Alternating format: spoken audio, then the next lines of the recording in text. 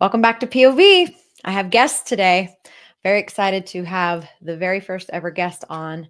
He is he's my husband. I was going to go through a big bio, but I will tell you, this is my husband, Bobby Schaffer. Hi, Bobby. Hi. And he is an entrepreneur. He's been a traditional business owner and in network marketing. He's been my mentor. We've been business partners. For 20 years, we have been doing business together. But actually, 21. Many couples can't do that, but yes, we have. And it's been amazing. Are you going to give the polite answers today? I'm giving the real answers. It has been amazing. Okay. Well, I'm excited to have him on, and we're going to talk about a bunch of different things. Today, specifically, I forewarned him with the questions, because one thing that I know about Bobby is that he would rather have the question beforehand so he can think about it and process it and be prepared, correct? I do usually, and you did give me these questions, and I did not prepare. So you're probably going to like it. It'll be very sporadic. We'll find out. I don't believe you. How could you not be prepared if you saw the questions? I'm just not. I wanted it to be sincere. Well, this is going to be super fun. I'll probably have him on regularly because, first of all, we do business together. Now we're empty nesters. We do life together. We've been together this is our 20. Wait, how many years have we been together? What do you want to wait? See, he doesn't even know. What do you know? How many years we've been together? It's in the 25-year range. Is it in the 25-year range, or is it 25 years? It's about 25 years. That was a really lucky guess. We're gonna have Paige on today too. She's a newlywed. So Paige, this is like teaching things for you. This is very informative for Paige today. It's actually 25 years this year. Yes, it is. I knew that.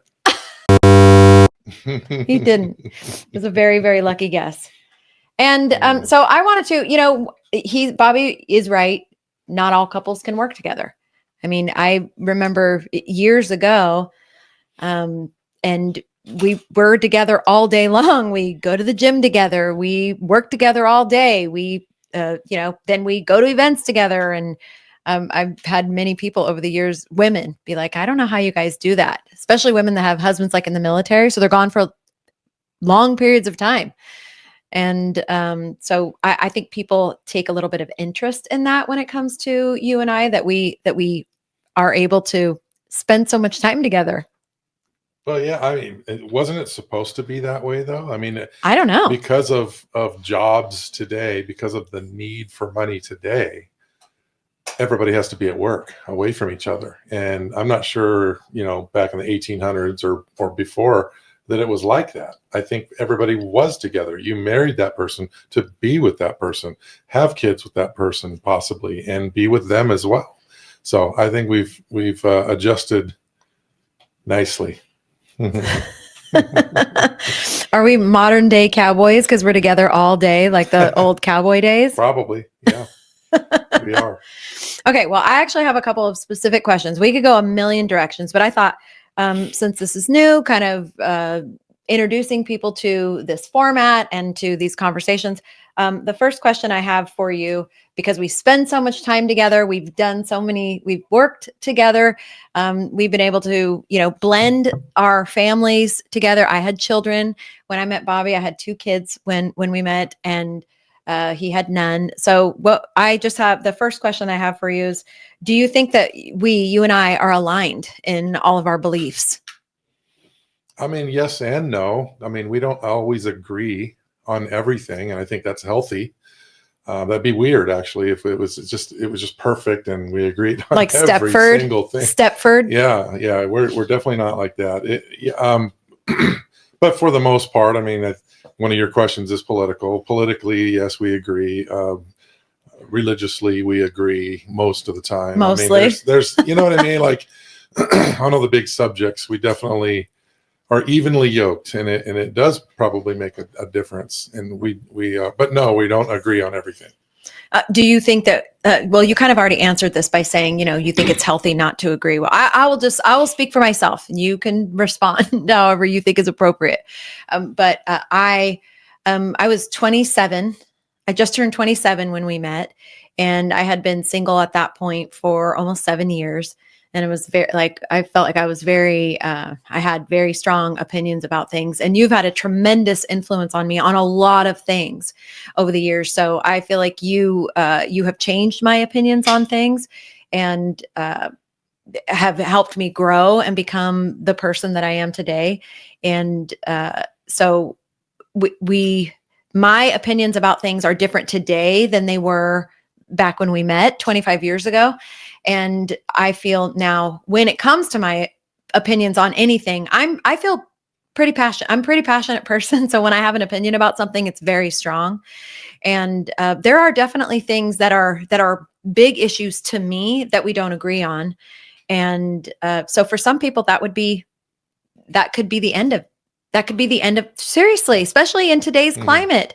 I was just joking with Paige the other day and asked her the question, like, do you like sushi? She hates it. I said, well, we can't work together anymore, because this is how people act now. Like, if you don't share the exact opinion, you're not like little clones and you don't work.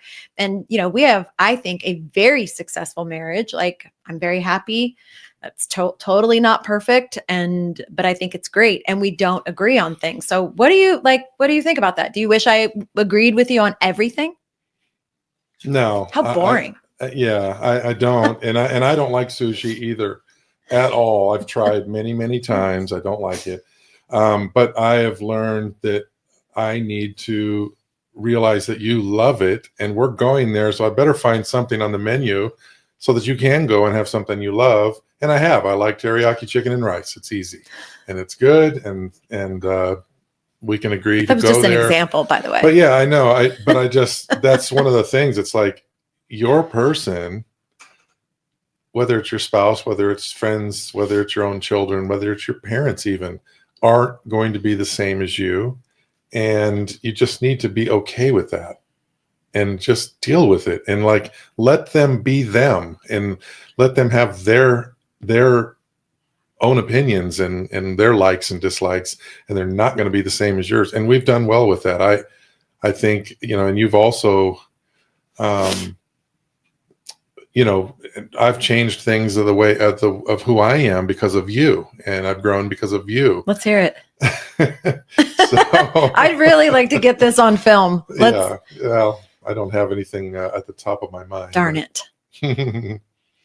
Did I even answer that question? I don't remember what the original question was. I don't either, but I thought that was a good answer, whatever the answer was. So let's, on kind of the same topic.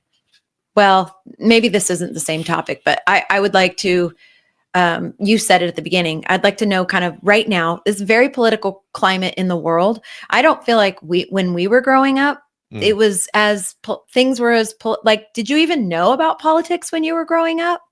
Yeah. And when I saw the question you were going to ask me, I think the first thing that I would say is, back growing up as a young kid, as a high school age kid, as a college age kid, and even beyond for us anyways, for me, which is a long time ago, we didn't know what the next person thought politically. We didn't know what side of the aisle they were on. We had no idea. There was no talk or rhetoric going on about that. So there wasn't anything to have any conflict about when it came to politics at all. Like I don't even think we voted back then until we were older, because you just didn't talk about it.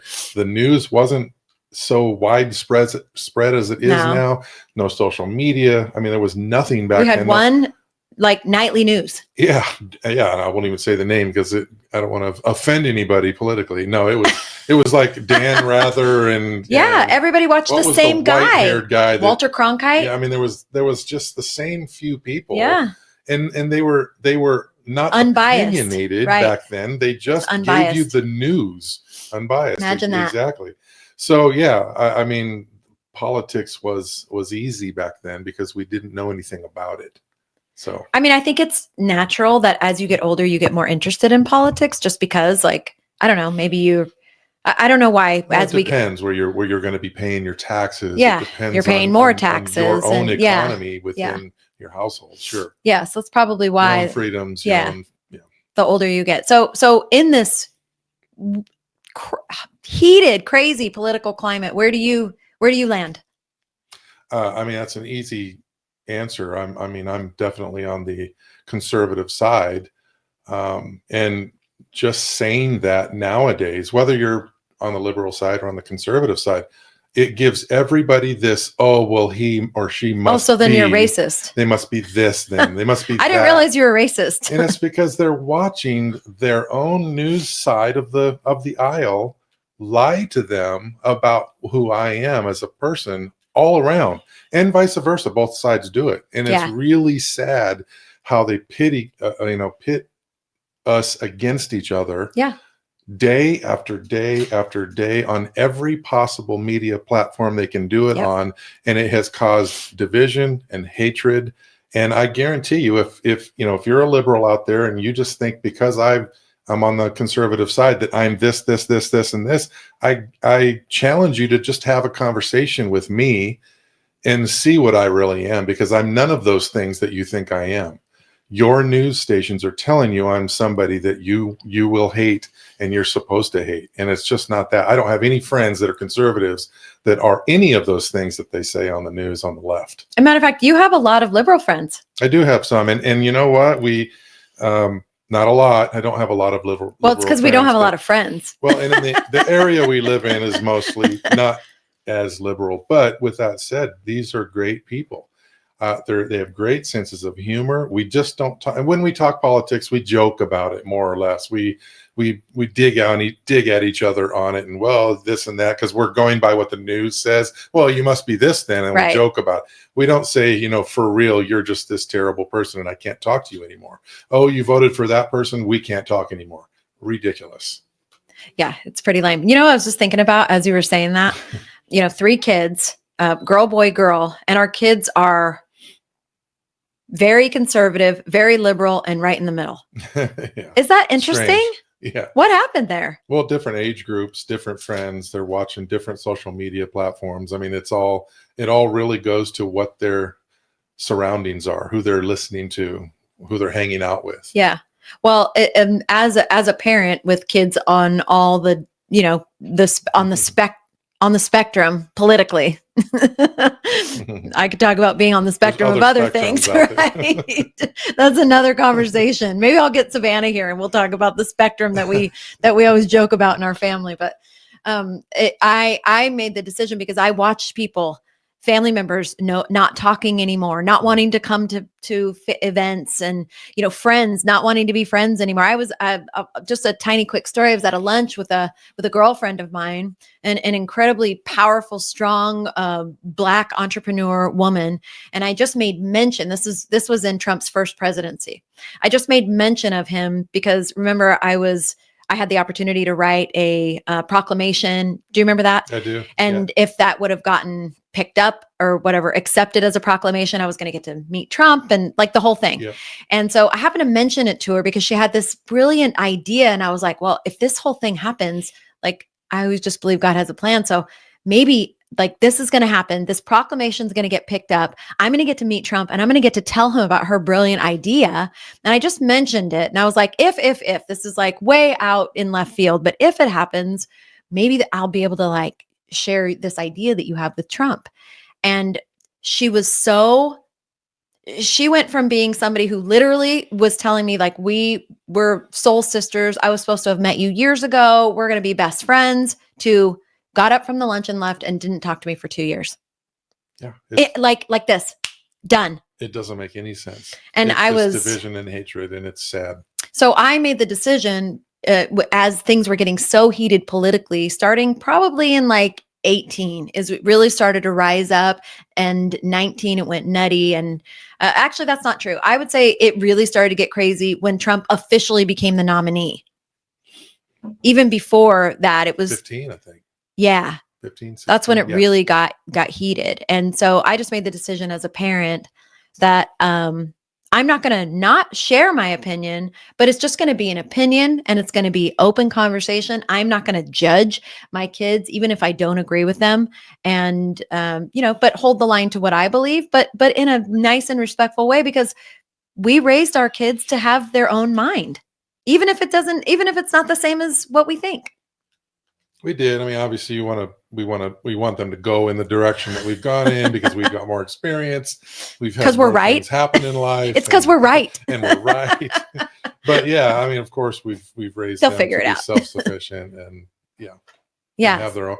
But it's crazy how they come back around as they get older to be more like us and Well, like their parents. It's kind of like the joke that, you know, when you're whatever in your 20s, you're a Democrat. And then when you have kids and you're a little bit older, now you automatically become a Republican because you're like, look at all these taxes why are we doing this? And it's kind of a funny thing.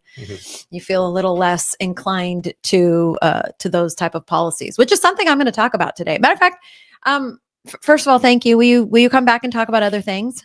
For sure. Like I would love to talk about entrepreneurship or entrepreneurism. I don't know which word is the right one. I think it's an ism. It's an ism. And I would love to talk about being an entrepreneurial couple because that's a whole thing in and of itself. A lot of times you have one person that is and one person that isn't, and that can be tough. Yeah. But then to have both that are, that's tough too, because we have a very high affinity for risk. So that you can lose it all even faster.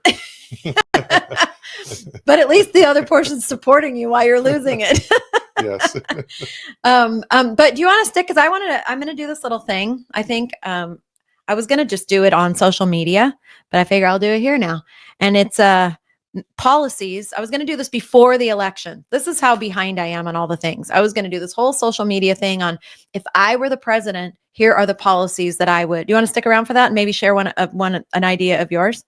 Being that I didn't read these questions, I hope not a question. I hope I can do okay with it. It's not a question. It's just me and my ideas. So I wrote a bunch of things down that I've been thinking about. If I was the president, things that I would do. Okay. So I'll just give a couple and maybe I'll spread them out over the course of time. And Paige is going to come on here today. So maybe we'll ask Paige the same question. So think about it. Yes, think about it. Just think about it. Okay, so if I was the president, and you can come up with one if you have one, okay. If not, you can just say thank you and goodbye. Okay, if I was the president, I'll give one today. If I was the president, I would completely dissolve the IRS. I would build a new system where we, the actual taxpayers of this country, could select where our tax dollars were going, like multiple, like check boxes on my tax form. So I'm passionate. Let's just say you were passionate about repairing all of the roads in the country, that any tax dollars that you did pay, they went for this thing specifically. If I was the president, it would be an opt-in. It would be an opt-in to go towards things that mattered to you as a person, because I have felt that I am unrepresented completely in the money that we pay to the federal government. And we've been seeing more and more as it's getting uncovered through Doge. I mean, it's like a joke. I mean, it's literally like a joke. And there's been a bunch of hysterical memes on social media. What was the organization that got shut down? NASID or SAID or something like that. Yeah. And that some people are making jokes like, I got fired from my job. I've been there for 15 years. And I guess we're never going to find out if the wheels on the bus do actually, in fact, go round and round. It's like, that's how stupid some of the things are. And so, you know, I love the transparency. And I love the fact that this is getting cleaned up, and it should be. You can't run any business, any church, even a household. You can't run it effectively if you're just throwing money out the door for things that don't matter. As a married couple, could you imagine if you decided to audit our finances and you find out I've been, you know, a couple $1,000s a month I've been donating to, you know, Amazon. To Amazon. You know, the daily packages that come to the door. That's another discussion completely. That's another one. Anyway. I think that's every woman, maybe they're all into the Amazon. We're going to get in a fight about this after the podcast is over because it's not true. I haven't had an Amazon package in a couple weeks. Please have the doorbell, the Ring app, make a noise right now. I haven't ordered anything. No, while we're doing this, it's not, and I haven't ordered anything. Actually, I do have things in my cart, though. I have a lot of things in my cart, but I haven't ordered anything. And Amazon is very convenient, and you think it is too. It is. Okay, so if you were the president, do you have just off the top of your head, without planning or thinking, what is a policy that you would, if you were the president?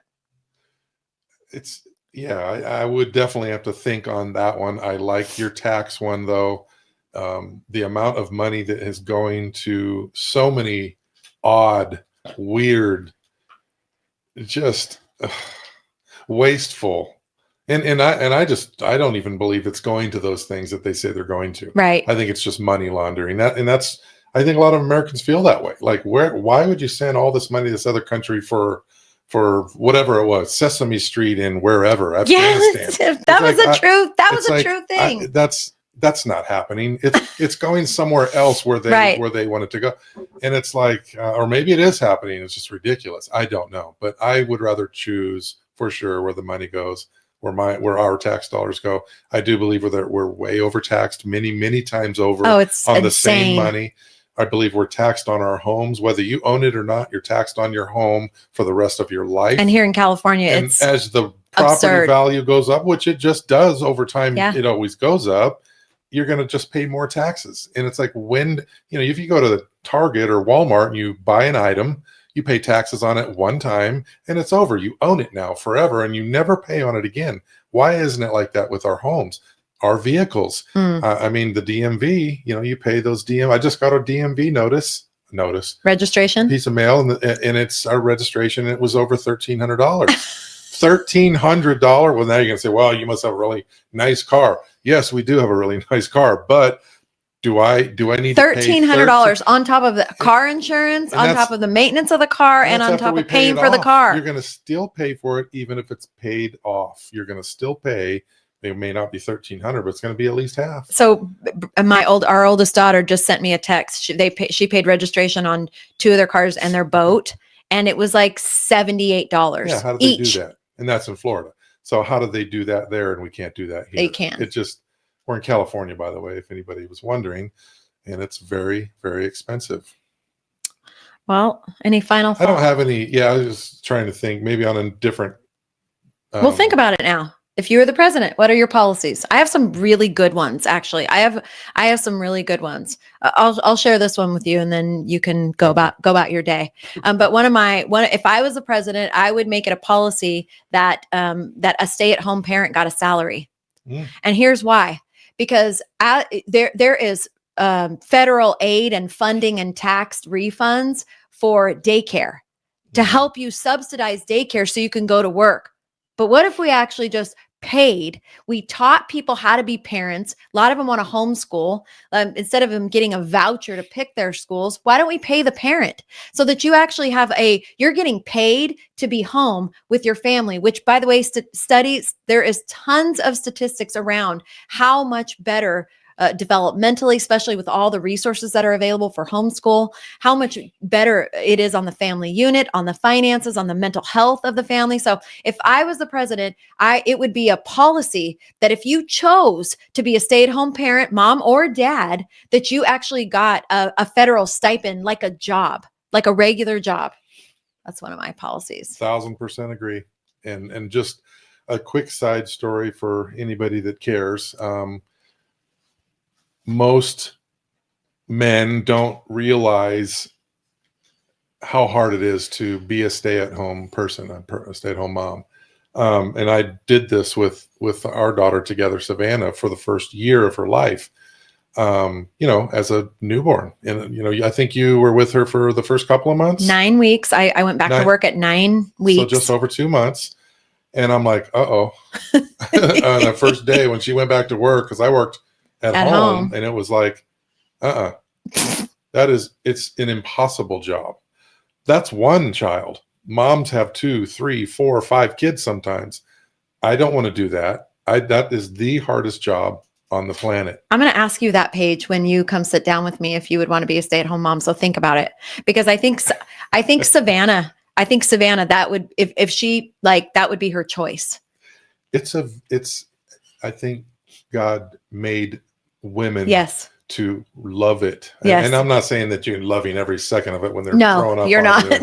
But I'm just saying it's built inside of you to want to take care of your child. And it's not built into men to be that same, like, nurturing type person.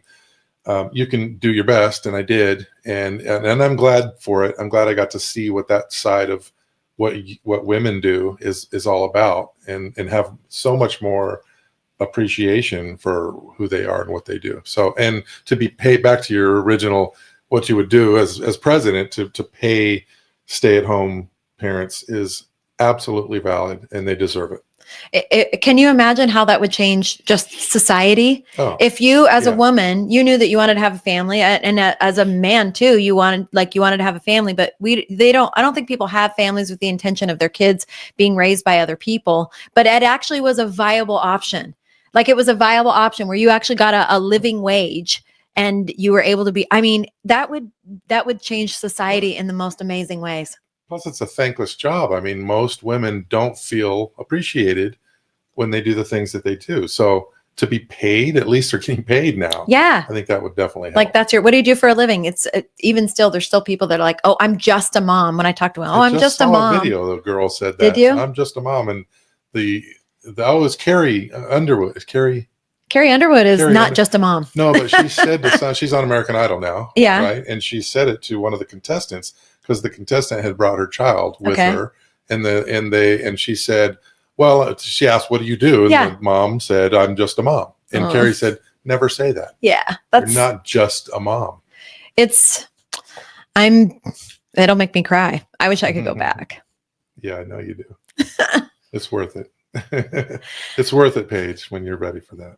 It's the best. It's the hardest, most exhausting, best thing you'll ever do. Mm-hmm. Dang it. Okay. Well, thank you for coming on here, and you'll have to come back. And if you if you come up with some policies, come back just for that. Okay. Okay. Thank you. Thanks. Okay. Bye.